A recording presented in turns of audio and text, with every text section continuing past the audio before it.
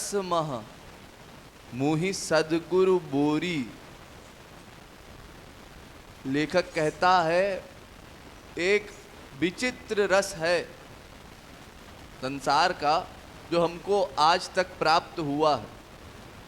ये रस ऐसा है कि इसमें आनंद नहीं है, पर फिर भी हर व्यक्ति ऐसा मान करके कि संसार में रस है, संसारी वस्तु का उपभोग करता है।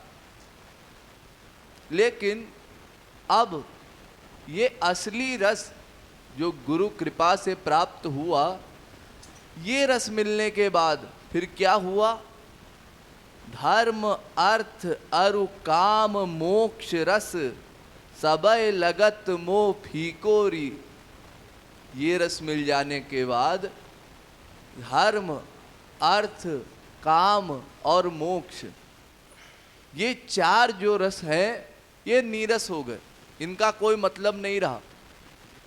एक व्यक्ति पहले जब चल के आता जाता है तो उसको ऐसा लगता है साइकिल अगर मिल जाए तो बहुत सुख मिलता होगा, और जब साइकिल मिल जाती है तो पता चलता है साइकिल में तो कुछ मज़ा नहीं है, तो कहता है बाइक मिल जाए जरा तो तेज़ जरा बाइक चलाए, उसमें सुख मिल जाएगा।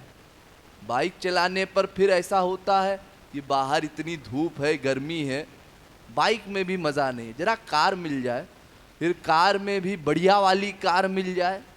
यानी कंपटीशन की जो भावना है ये बढ़ती ही रहती है। संसारी वस्तु ऐसी है। तो भगवत विषय मिलने के बाद फिर जीव को ये आभास होता है कि संसार के जो तीन विषय है, सात्विक राजस तामस, यानी धर्म अर्थ और काम, ये तो तीनों बेकार है। और गुरु से ये मालूम पड़ता है कि मोक्ष का रस भी तुम्हारे काम का नहीं है, क्योंकि वो केवल दुख निवृत्ति है, अंतःकरण की निवृत्ति है। देखिए, आप लोगों को जो सुख दुख अनुभव में आता है वो अंतःकरण से अनुभव करते हैं आप लोग। और मोक्ष में क्या होता है? अंतःकरण को जला करके ज्ञानी भस्म कर देता है। अब वो भीतर मशीन ही नहीं है कि सुख दुख का अनुभव हो आपको। जो मशीन थी जिससे आप लोग सुख दुख पाते थे वो समाप्त हो गई, इंद्रियां समाप्त हो गई, जीव की सत्ता मात्र रह गई। अब वो जीव की सत्ता है, वो कुछ अनुभव नहीं कर सकता, ब्रह्मानंद में लीन रहता है बस। अस्तु वो रस भी फीका लगा गुरु के मिलने के बाद। कहा लो कहाँ बैकुंठ लो कहूँ, रुचि नहीं टुक सपने हूँ मोरी। और कुछ लोग और आगे बढ़ जाते हैं, तो सोचते हैं बैकुंठ में सुख होगा, बैकुंठ में चार भुजा वाले महाविष्णु रहते हैं, वो महाविष्णु अपने अनंत ऐश्वर्य के साथ रहते हैं, जैसा कि आप लोगों ने प्रवचन में सुना। तो वो महाविष्णु भी उस प्रकार का माधुर्य नहीं दे सकते, क्योंकि ऐश्वर्य शक्ति के साथ रहते हैं। आप लोगों को प्रवचन में ही बताया गया, जहाँ ऐश्वर्य आ जाएगा तो प्रेम कम हो जाएगा। इसलिए गुरु कृपा से फिर जो बैकुंठ का रस है वो भी फीका लगने लगता। आप लोग ध्यान देंगे, आप लोग जो भक्ति कर रहे हैं तो आप लोग माया को भी साइड में कर देंगे, संसार का कोई विषय भी हमको नहीं चाहिए ऐसी भावना बनाएंगे। सात्विक राजस तामस, इन तीनों विषयों में आपकी रुचि नहीं होनी चाहिए। इसके आगे फिर मोक्ष है, उसको भी आपको साइड करना है, और उसके आगे बैकुंठ लोक है, उसको भी आपको अपना लक्ष्य नहीं बनाना है, क्योंकि उसको लक्ष्य बनाने पर वो जीव शांत भाव में फिर स्थिर रह जाएगा, उससे आगे नहीं बढ़ पाएगा, सबसे ऊंचे लक्ष्य की प्राप्ति उसको नहीं हो पाएगी। उसका लक्ष्य केवल श्यामा श्याम की सेवा होना चाहिए। तो ऐसी भावना गुरु कृपा से होती है। फिर क्या अच्छा लगता है? एक भावत चंचल नंद नंदन एक वृषभानु लली भोरी, बस दो ही चीजें अच्छी लगती है, राधा कृष्ण, और बाकियों से मतलब नहीं। गिरिजा अजा जलधिजा दुर्लभ, यानी ब्रह्माणी, रुद्राणी और कमला यानी लक्ष्मी, इन तीनों को भी जो रस पाना दुर्लभ था, वो रस पियत रास रस ब्रज खोरी, वो रस गुरु कृपा से इस जीव को प्राप्त होता है। कहा कृपालु अस सदगुरु ऋण ते, ऋण न कोटि कल्प कोरी। ऐसे सदगुरु के ऋण से अनंत जन्मों में भी परिश्रम करके कोई उऋण नहीं हो सकता।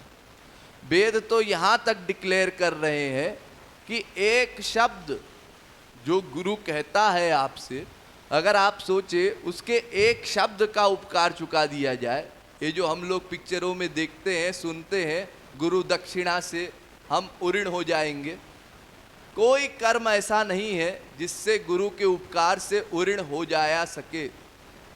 एकमेवाक्षरम यस्तु गुरु शिष्ये निवेदयेत्, पृथिव्याम नास्ति तद्द्रव्यम यद्दत्त्वा यनिणी भवेत्। सारे पृथ्वी के रत्न भी अगर दान किए जाए गुरु को एक शब्द के बदले में, तो भी गुरु के उपकार को नहीं चुकाया जा सकता।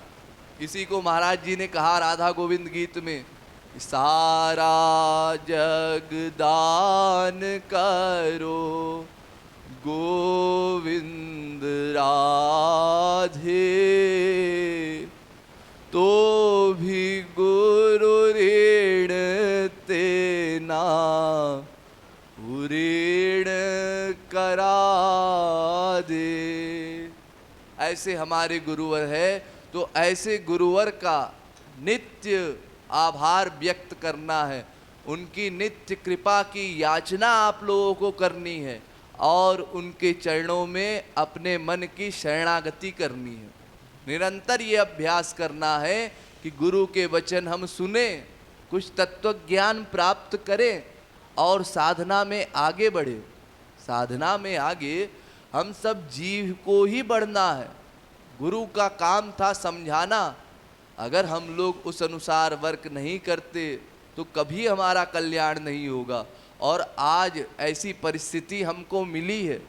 देखिए, हर समय में आपके ऊपर ऐसी कृपा नहीं हुई थी कि आप लोग भीतर से भक्ति करने की भावना भी बनाएं और आपको ठीक ठीक गुरु भी मिले और फिर तत्व ज्ञान भी मिले और फिर सत्संग का माहौल भी मिले और फिर सत्संग कर सके, ऐसा सहयोग भी बने।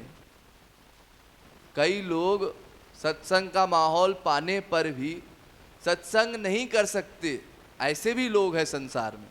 लेकिन आपके सामने तो ऐसी स्थिति नहीं है।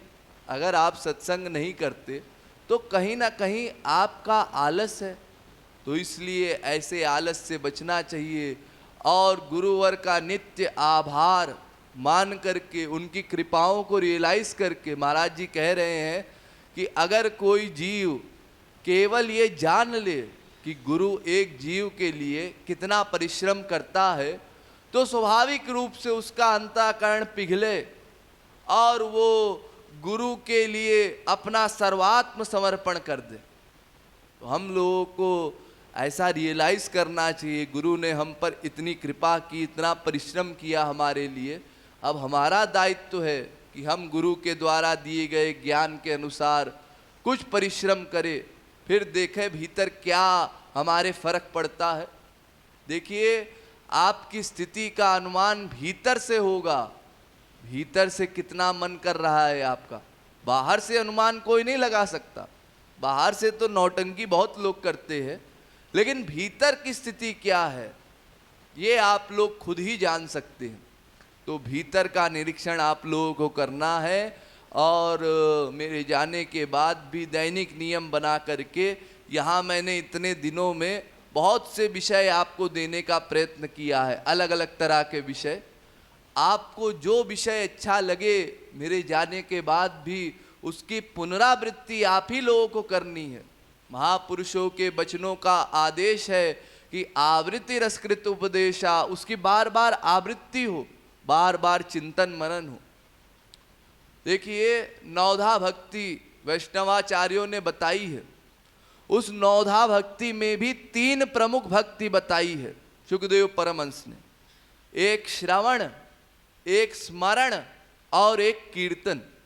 इस समय आप लोग श्रवण भक्ति कर रहे हैं, यानी सुन रहे हैं, सुन करके मन भगवान के लिए पिघल रहा। अब इसी का आपको स्मरण करना है, घर में जा करके भी सोचना है और कीर्तन करना है, उसको दोहराना है ताकि उसका विस्मरण ना होने पाए। ये 3 भक्ति है और इसमें भी स्मरण मेन चीज है। अगर आप लोगों ने कीर्तन भी किया, श्रवण भी किया, लेकिन अगर स्मरण नहीं किया, चिंतन नहीं किया, मनन नहीं किया, तो आप लोग भूल जाएंगे। इसलिए ये जो मनन वाली बात है, स्मरण वाली बात है, इसको आप लोग घर जा करके भी करेंगे तो आपका लाभ होगा। वरना अभी कुछ दिन मैं जब तक रहा तब तक आप कीर्तन में आएंगे, उसके बाद कहेंगे वो तो जब आए थे तब अच्छा लगा था, अब हमारा मन नहीं करता कीर्तन में बैठने का, फिर आपका अंतःकरण बदल जाएगा। इसलिए ऐसा कभी ना सोचिए, प्रयास करते रहिए, प्रयास नहीं छोड़ना है आपको। आपका मन कभी आगे कभी पीछे होता रहेगा, मन की अवस्था परिवर्तनशील है, ये बदलता रहता है, एक सा हमेशा नहीं रहेगा। लेकिन गुरु के वचनों पर विश्वास करके आपको इसको लगाना है, ये समझना है मन हमारा दास है। अगर हम मन के हिसाब से चलेंगे तो कभी भी ये मन भगवान की ओर हमको नहीं ले जाएगा, क्योंकि ये माया का बना हुआ है, तो ये माया का ही मटेरियल हमको ला करके देगा। और ये जीव भगवान का अंश, भगवान का दास है, ये गुरु कृपा से हमने जाना है।